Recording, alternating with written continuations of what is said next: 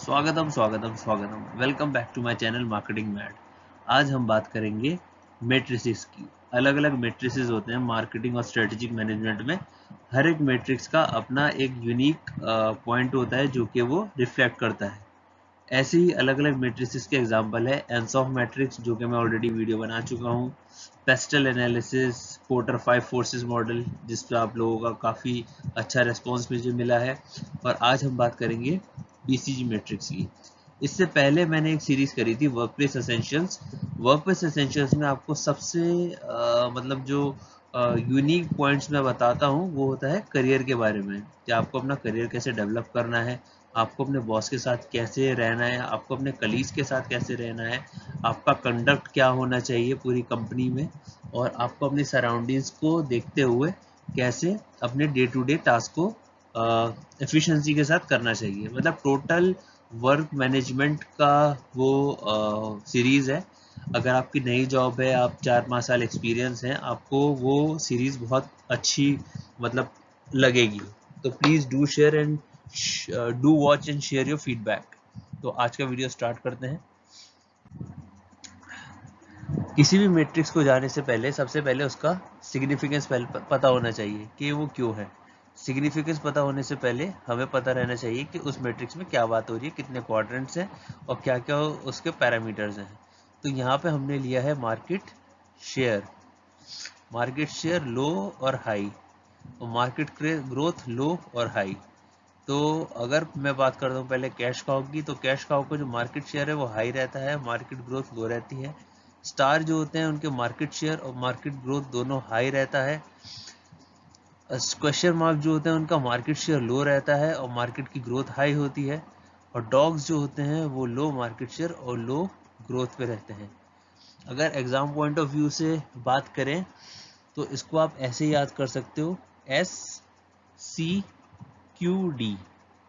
SCQD, star, cow, question mark and dog. फिर यहाँ पे मार्केट शेयर और मार्केट ग्रोथ, हाई हाई एक साथ आएंगे, लो लो अपने दूर होंगे, हाई हाई पास और लो लो दूर। तो ऐसे आप इस क्वाड्रेंट को बना सकते हो। ये मार्क्स स्कोर करने के तरीका है। अब सिग्निफिकेंस क्या होती है, इस बीसीजी मैट्रिक्स से हम ये पता कर सकते हैं कि आपको अपने बिजनेस में कौन सा प्रोडक्ट रखना है, कौन सा सेल करना है और किस में इन्वेस्ट करना है। बस इसकी कहानी यहीं तक की है कि आपको ये बताता है कि किस प्रोडक्ट पे हमें ज़्यादा पैसा डालना है, किसको आप डाइवेस्ट कर सकते हो, बेच सकते हो, और किस में इन्वेस्ट करना है। एक एक करके अब इसको समझेंगे।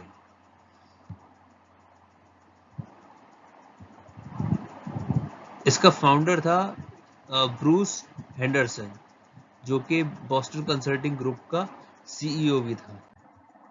स्टार की बात करते हैं। स्टार का कहाँ किस क्वाड्रेंट में आएगा, हाई शेयर और हाई ग्रोथ रेट में, एस में आएगा। ये S star, S first quadrant में आएगा। ये वो प्रोडक्ट्स होते हैं जिनका हाई ग्रोथ मार्केट रहता है और हाई मार्केट शेयर रहता है।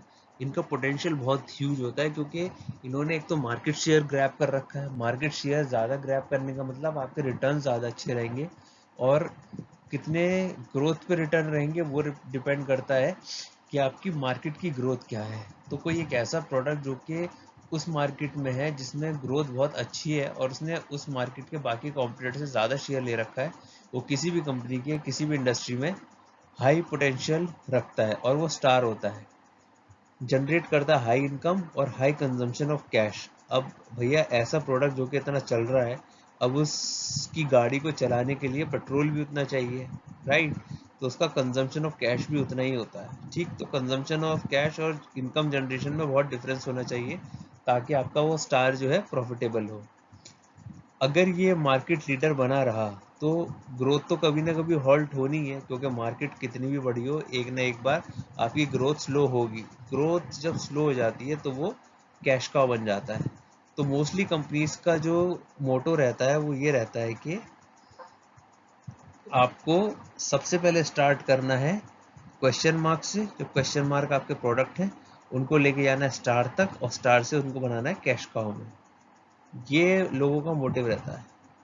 लेकिन आपके पोर्टफोलियो में सारे के सारे प्रोडक्ट्स होने चाहिए। कैश काउ भी होनी चाहिए, स्टार भी होना चाहिए, आपका क्वेश्चन मार्क भी होना चाहिए और डॉग भी होना चाहिए। तो स्टार समझ गए। अब हम आगे बढ़ते हैं। क्वेश्चन मार्क जैसे कि इसका नाम बताता है कि कंपनी को पता नहीं इसके साथ क्या करना है, क्योंकि हाई ग्रोथ मार्केट में तो है ये, बट इसका मार्केट शेयर कम है। इसकी वजह से ये कंपनी के रिसोर्सेज बहुत सारे खाता है। जैसे स्टार रिसोर्सेज तो खाता है लेकिन इनकम भी उतनी जनरेट करके देता है, लेकिन ये नहीं दे पाता क्वेश्चन मार्क। तो इसको बार बार हमें एनालाइज करना पड़ता है, चाहे पोर्टफोलियो हो, प्रोडक्ट हो, या कंपनी का कोई एसेट हो, उन सबको क्लोजली मॉनिटर करना पड़ता है कि क्या इसको बनाए रखना वर्थ है या नहीं, राइट। तो क्वेश्चन मार्क ये है। मार्केट शेयर इनका बहुत लो होता है और हाई ग्रोथ रेट होता है इनका। तीसरे, अब बात करते हैं कैश काउस की। लो ग्रोथ रेट और high market share. Market share बहुत ज़्यादा हाई है, बहुत ज़्यादा मार्केट कैप्चर कर ली है। 100% में से 90% इन्हीं की मार्केट है, बट अब उतना ग्रो नहीं हो पा रही है, राइट। ये लीडिंग प्रोडक्ट्स होते हैं मार्केट के अंदर। जितने भी आपको लीडिंग प्रोडक्ट्स दिखेंगे, जैसे कि नमक की बात करें तो टाटा का नमक है जो कि लीड कर रहा है। आप दूध की बात करते हैं तो अमूल है, अमूल का दूध वो लीड करता है। आप फ़ोन्स की बात करते हैं किसी एक सेगमेंट में, तो आपके रेडमी, एप्पल, सैमसंग ये लीडर्स हैं। इनकी वैल्यू आप इजीली कैलकुलेट कर सकते हो, क्योंकि इनका कैश फ्लो जो होता है बहुत इजीली प्रेडिक्टेबल होता है। तो आपका कैश काउ का कितना वैल्यू है, उसके अंदाजे से आप अपने रिसोर्सेज को, पर्टिकुलरली अपने जो पैसे को कहीं कहीं इन्वेस्ट कर सकते हो। स्टार्स में इन्वेस्ट कर सकते हो, क्वेश्चन मार्क में इन्वेस्ट कर सकते हो। ठीक, इसकी प्रिडिक्टेबिलिटी की वजह से आप एलोकेट कर सकते हो कि आपको स्टार में कितना इन्वेस्ट करना है और क्वेश्चन मार्क में कितना इन्वेस्ट करना है। मोस्टली लोग जो है इसको स्टार्स में इन्वेस्ट करते हैं। लास्ट हमारा बचता है dogs, low growth rate and low market share. अब डॉग्स के साथ दिक्कत क्या होती है, ये कंपनी के फंड को टाई अप रखते हैं लॉन्गर टाइम के लिए, क्योंकि सरवाइव करना होता है मार्केट में। मार्केट में आपने एक प्रोडक्ट निकाल दिया, लेकिन उस प्रोडक्ट का कुछ स्ट्रेटेजी नहीं था, या पोजीशन सही से नहीं हुआ था, या उसका स्टॉक बहुत हैवी था, इन्वेंट्री बहुत हैवी मेंटेन की, तो वो कैश फ्लो को रोक देता है। तो ऐसे जो प्रोडक्ट्स होते हैं या बिजनेस यूनिट्स होते हैं, उनको या तो आप बेच दो, या उनको लिक्विडेट करने का कोई तरीका निकालो, या उनको रीपोजिशन करो, तभी ये आपको सक्सेस दे सकते हैं। अभी हमने चारों क्वाड्रेंट्स पढ़ लिए हैं। अब हम बात करेंगे इसकी लिमिटेशंस की। अब लिमिटेशंस क्या है बीसीजी मैट्रिक्स की? सबसे पहले तो इससे हम ये समझ सकते हैं कि बिजनेसेस जो होते हैं इंडिपेंडेंटली रन करते हैं, ठीक है, जो कि रियलिटी में होता नहीं है। कभी कभी जो आपके डॉग वाले प्रोडक्ट्स हैं, बिजनेस यूनिट्स हैं, वो एक पुश देते हैं स्टार्स को और क्वेश्चन मार्क्स को। मतलब काफ़ी जो प्रोडक्ट्स रहते हैं वो बंडल हो सकते हैं। कोई एक ऐसा प्रोडक्ट जो कंपनी का नहीं चल रहा, वो दूसरे स्टार प्रोडक्ट के साथ बंडल करके लेसर प्राइस पे लोग निकाल देते हैं अपनी वॉल्यूम बढ़ाने के लिए। ये मैट्रिक्स सिर्फ बिजनेस को एक्सप्लेन करता है हाई और लो में। मिड साइज में कोई बात नहीं होती। या तो आपका कोई बिजनेस प्रोडक्ट है, या तो वो बिल्कुल हाई उसने मार्केट कैप्चर कर रखी है, या बिल्कुल लो मार्केट कैप्चर कर रखी है। ऐसा रियलिटी में नहीं होता। ऐसे काफ़ी प्रोडक्ट्स होते हैं जो कि मीडियम मार्केट शेयर में भी होते हैं। अगर मार्केट 10 यूनिट की है, तो उनके पास 4 यूनिट या 5 यूनिट में वो प्रोडक्ट स्टैब्लिश्ड हुआ होता है। अब ये प्रॉफिटेबिलिटी भी, कुछ लोग बोल देते हैं कि ये प्रॉफिटेबिलिटी मैट्रिक्स है। ऐसा नहीं होता, क्योंकि ग्रोथ रेट और मार्केट शेयर ये सिर्फ यही दो इंडिकेटर नहीं है प्रॉफिटेबिलिटी के लिए। जो अदर इंडिकेटर्स होते हैं प्रॉफिटेबिलिटी के लिए, कि आपकी कॉस्टिंग कितनी जा रही है, आपका फिक्स्ड और वेरिएबल कॉस्ट कितना है, राइट, ये सब कंसिडर नहीं करता ये मैट्रिक्स। अब दूसरी चीज़, हाई मार्केट शेयर कभी ये नहीं बताता कि आपके प्रॉफिट भी हाई मिलेंगे, राइट, क्योंकि हाई कॉस्ट भी इन्वॉल्व होती है विद हाई मार्केट शेयर। तो ये लिमिटेशंस रहती हैं बीसीजी मैट्रिक्स की। अब हम बात करेंगे एक एग्जांपल की। मैंने बोला था बहुत बड़ी कंपनी है जिसका हम मैट्रिक्स करेंगे, उस कंपनी का नाम है अमूल। तो बीसीजी मैट्रिक्स करते हैं हम अमूल का। एक ही स्लाइड में हम इसको ख़त्म कर देंगे जी। ये प्रोडक्ट्स हैं आपका, सिंपल वही आपका एस, सी, क्यू और डी।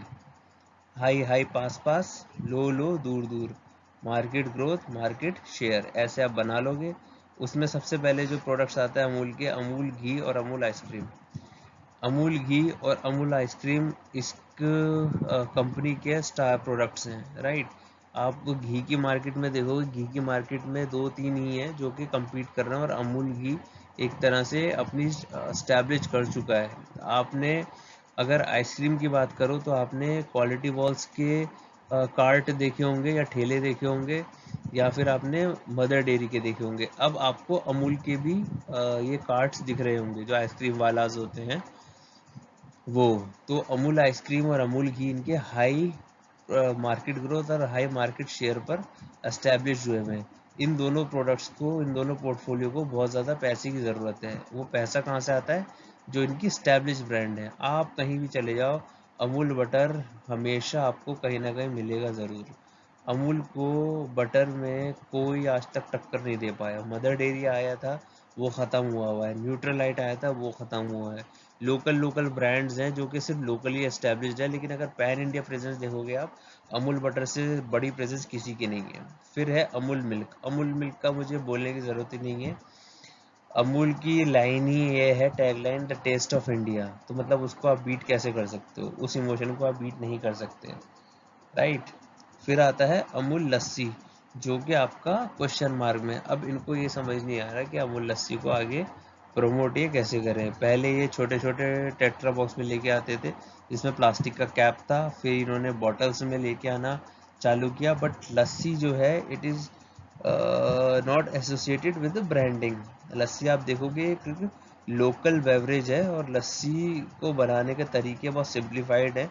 कोई ऐसे इसमें साइंस वाइंस नहीं लग रही। तो लोग या तो अपने घर की लस्सी प्रेफर करते हैं, या उनका जो लोकल लस्सी वाला आपके आसपास रहता है पॉपुलर, उसकी लस्सी पसंद करते हैं। तो लस्सी के अंदर इन्होंने क्यों एंट्रेंट करा और ये क्या आगे करेंगे, we don't know as of yet. अब आप ए ने ये भी देखा होगा कि एक ऐसा प्रोडक्ट है अमूल के पास जो चलता ही नहीं है, जो कि है उसकी अमूल चॉकलेट। अमूल ने जब चॉकलेट अपनी लॉन्च की थी तो काफ़ी सारे इन्होंने एडवर्टाइजमेंट निकाले थे, और इनकी जो चॉकलेट का जो पैकिंग है बहुत ही यूनिक है। अब इनकी पैकिंग देखना, आगे से किट कैट है। किट कैट का तो रैपर होता है किट कैट का, फिर उसके अंदर वो सिल्वर फॉयल होता है, और फिर उसमें किट कैट होती है। इनका अलग ही रहता है। इनका एक कार्ड बॉक्स सा होता है, और कार्ड बॉक्स में अंदर ये चॉकलेट रहती है जिसके ऊपर एक फॉयल रहती है। तो बहुत ही यूनिक पैकिंग है अमूल चॉकलेट की, लेकिन उससे कोई फ़ायदा वगैरह हुआ नहीं। और इस चॉकलेट ने अभी तक मार्केट पकड़ की नहीं है। ये ऐसी मार्केट है जिसमें बहुत सारे प्लेयर्स हैं। आप डेयरी मिल्क ले लो, 5 स्टार ले लो, आप अपना फ्यूज़ ले लो, आप पर्क ले लो, मंच ले लो। ये सारी की सारी चॉकलेट्स की ब्रांड्स हैं, लेकिन इसमें कहीं भी अमूल अपने आप को पोजीशन नहीं कर पाया सही से। अगर ये रीपोजीशन करके कुछ इंडिया या अपना कुछ इमोशनल इसमें टच देते हैं, just like their milk, they can make them question mark and then again a star. But I think they will not do it. They will more focus on Amul butter and Amul milk and these star products. Okay, so ये था मेरा BCG matrix. कुछ question हो, कुछ और समझना हो, या कोई और रेफरेंसेस चाहिए हो, तो आप मुझे कमेंट में लिख सकते हैं। और प्लीज़ बताइए अगला मैट्रिक्स में कौन सा आपके लिए एक्सप्लेन करूँ। Thank you my audience.